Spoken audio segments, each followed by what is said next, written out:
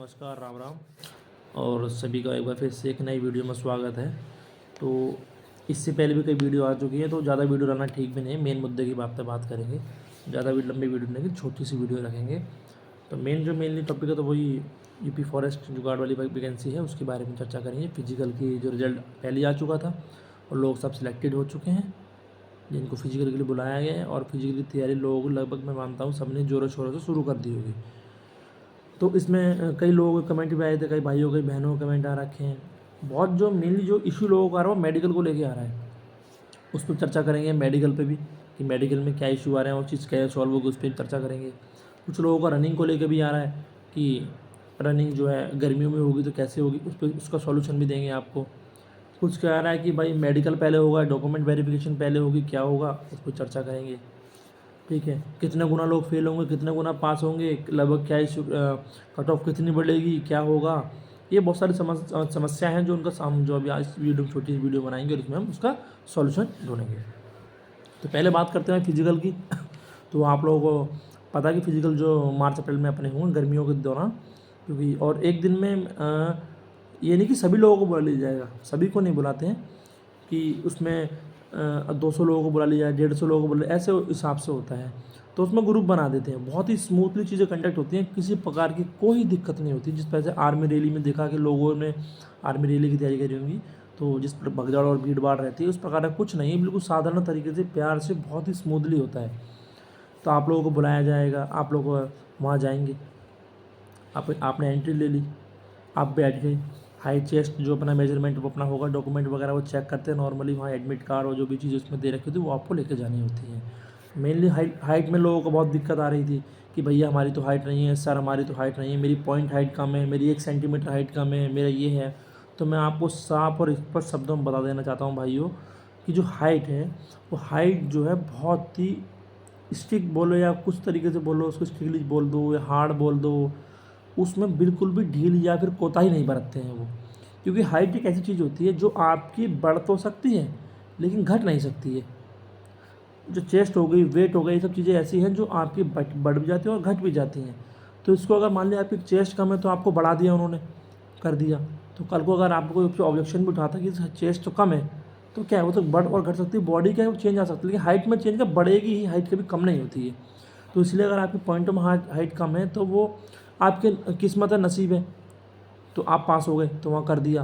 कोई ऐसा मतलब मेजरमेंट वाली टीम ऐसी है जिसके इतना ध्यान नहीं दिया, आप पास हो गए, तो पास हो गए तो अच्छी बात है, चीज़ों को भी गुप्त तरीके से रखिए, उसमें आपका फ़ायदा है। अगर किसी को पता लगा तो फिर उसमें समस्या आपको ही है और नापने वाले को समस्या है। हाँ, अब तो बात आती है उसको, जब आपका सब कुछ चेक हो जाएगा तो आपको बिठाएंगे, तो वहाँ बैग होते हैं जो अपने पिट्ठू बैग उस टाइप, उसमें वेट होता है, सभी का बराबर वेट होता है।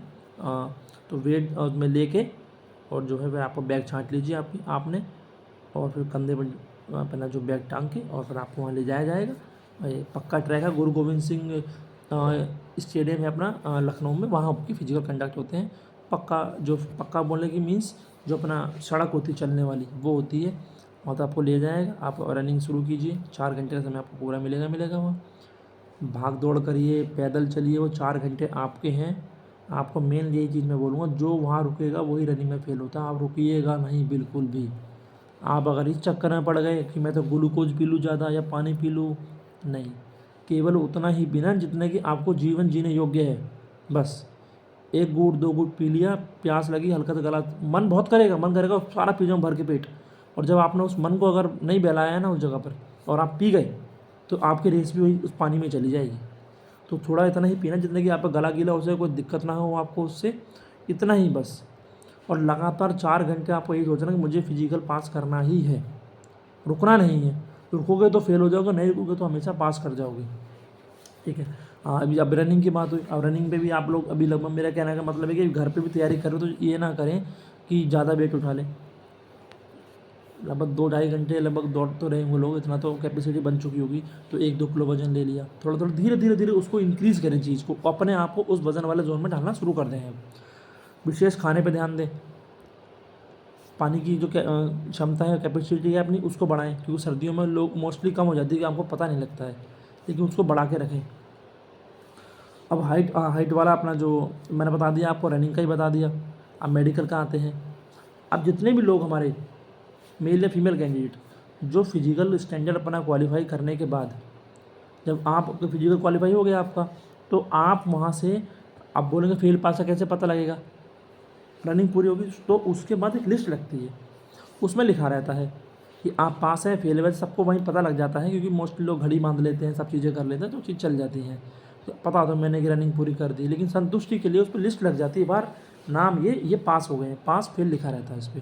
तो आप शाम को चले जाइए और पता कैसे लगेगा कितने लोग पास हुए हमें, तो बहुत ग्रुप बन जाते हैं, ग्रुप के अंदर क्या चीज़ें आती रहती कि आज इस तारीख को फिजिकल हुआ, इतने लोग आए थे, इतने प्रेजेंट हुए, इतने पास हुए, इतने फेल हुए, तो उससे एक रफ अंदाज़ा लग जाता है कि इतने लोग पास हो गए फिजिकल में, बाकी 5,000 लोगों को बुलाया गया था, 1,000 एबसेंट रहे, 1,500 लोग फिजिकल में फेल हो गए, तो 2,500 कुल मिला के पास हो गए, एक रफ अंदाज़ा हो गया, इतने बताया मैंने।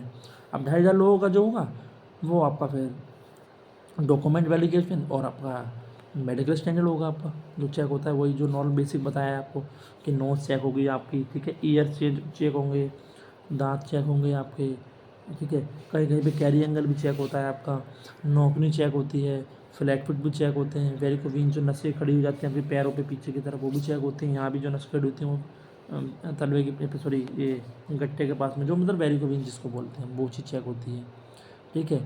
और फिर आपका लंग्स जो एक्सरे वगैरह वो सब चेक करें क्या दिक्कत है क्या नहीं है। तो मेडिकल भी इतना हार्ड नहीं है, मेडिकल आपका मंडल में होगा, मंडल का मतलब मैं पहले ही बता चुका कि आपका मेडिकल जिला अस्पताल में होगा। कई बार ऐसा होता है कि मान लीजिए कुछ ज़िले ऐसे हैं जिनका जिला भी वही, जिनका मंडल भी वही है, तो इसलिए मैंने बताया था कि पहले आपका मेडिकल जिला अस्पताल में हो जाएगा। अब मान लीजिए अलीगढ़ मंडल है, तो अलीगढ़ मंडल के अंदर हाथरस भी आता है, अलीगढ़ भी आता है, ठीक है, तो और 1-2 ज़िले उसमें कासगंज भी उसी में आता है, 1-2 ज़िले उसके अंदर आ जाते हैं। तो जो ये नहीं कि अगर आप हाथरस वाले तो हाथरस में नहीं, आपका मंडल में होगा, आपका मेडिकल अलीगढ़ में हो जाएगा, तो आप उस मंडल के लोग हैं ये, तो इसलिए जिला अस्पताल मैंने वो बताया और बहुत ही आसानी से काम होगा। मेडिकल वगैरह आप क्वालिफाई कर लेंगे, डॉक्यूमेंट वगैरह सारे दोनों चीज़ तीनों चीज़ प्रोसेस पूरा हो गया, उसके बाद जो लोग आप बचेंगे, हाँ मैं डॉक्यूमेंट में को ज़्यादा दिक्कत नहीं होगी, आराम से वहाँ पर जाएंगे, बताएंगे, वो नाम ओरिजिनल मार्कशीट लेके जाएंगे, सब लिखा रहता है क्या क्या लेके जाना है, 10th की 12th की मार्कशीट, अगर आप किसी कैटेगरी से बिलोंग करते हैं आपका उसका सर्टिफिकेट, जिस दौरान आपने फॉर्म भरा था तो उस समय उसकी तिथि क्या मांगी गई थी, अंतिम तिथि, कि भाई आपकी मूल निवास की तिथि क्या होनी चाहिए, आपकी SC ST OBC EW आप जिस भी कैटेगरी से आपकी उस सर्टिफिकेट की जो है डेट क्या होनी चाहिए, किस दिन से पहले बना होना चाहिए, वो सब चीज़ें आप वहाँ लेके जाएंगे, ठीक है। अगर आपको लगता है कि इसमें भाई कुछ दिक्कत है, नाम पिता का नाम कभी दिक्कत हो जाती है, तो वहाँ पर आप जाके अपनी समस्या वहाँ बताइए, जो पैनल बैठा होता है अपना, तो पैनल आपको समाधान उसका ज़रूर देगा। अब आप मुझे कमेंट करें कि भैया मेरे में ये ऐसा है, किसी और यूट्यूबर के जाकर उस पर कमेंट करें तो वो आपको सॉल्यूशन नहीं दे पाएगा, क्यों, उसको भी उतना नहीं पता जितना कि बोर्ड को या आयोग के लोगों को पता है। तो आप उनको अपनी समस्या बताएंगे। हमारे में ऐसा हुआ था एक केस, एक दोस्त का EWS का इशू आ गया था, उसका डिस्ट्रिक्ट का नाम भूल गया मैं, तो उसने बताया कि सर ऐसे ऐसे बात है, मेरे घर में ऐसी प्रॉब्लम हो गई और मैं इस कारण से नहीं लेके आ पाया, और कुछ इन चीज़ें बताई थी। तो पैनल इतना अच्छा था तो उन्होंने बोला कोई नहीं, हम आपको 2 दिन का समय देते हैं, आप जाइए और लेके आ जाइए।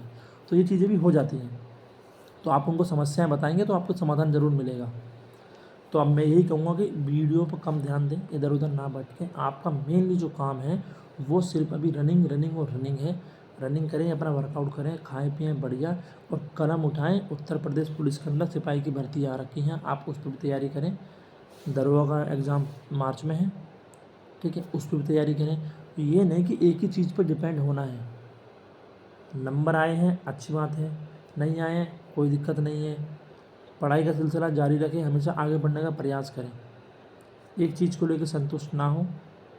उम्र नहीं है वो अलग चीज़ है कि उम्र नहीं बची, वो उसका कोई सॉल्यूशन नहीं है, लेकिन उम्र है, उस चीज़ के आप योग्य हैं तो आप उसकी तैयारी को आगे बढ़ाते रहें। और किसी भाई किसी पर अगर मैं पहले ही बोल चुका, कभी भी कोई दिक्कत डाउट हो आप कमेंट में आके पूछ सकते हैं कि ये दिक्कत है, ये डाउट है, मैं आपको समाधान मिलेगा। भाइयों के विज़न में भी दिक्कत आ रही है, मैंने बताया था चश्मा चल जाता है, मैं कंफर्म मैं कमेंट पॉइंट सॉरी पिन कर दूँगा कमेंट, पॉइंट कितने तक चल जाता है चश्मा। मैंने एक वीडियो में अपने जो बनाई थी उसमें मैंने पिन भी कर रखा है, किसी भाई ने पूछा था कि मेरे चश्मा लगा हुआ है तो क्या इशू, वो चल जाता है, बता दिए, उसमें पिन कर रखा है मैंने, दोबारा मैं इस वीडियो में पिन कर दूँगा उसको, कितने तक चल जाता है, अब डायरी में समाधान है उसका भी, वो चीज़ चल जाएगी।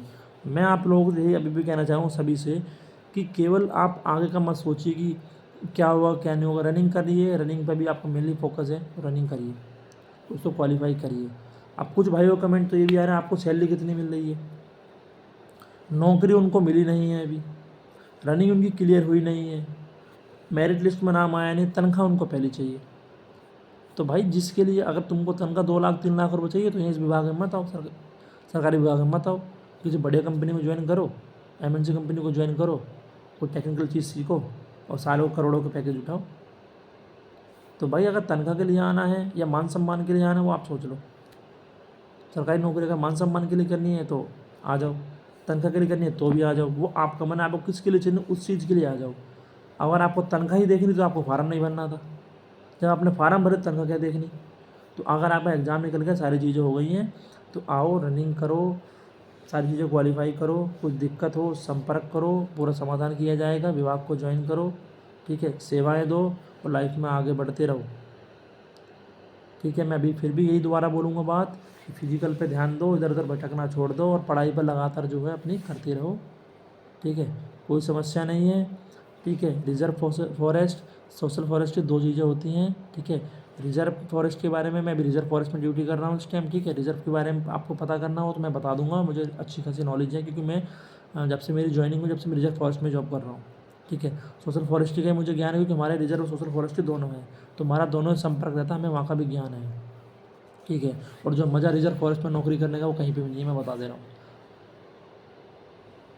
खास करके अपने इस विभाग के बारे में बता रहा हूँ मैं।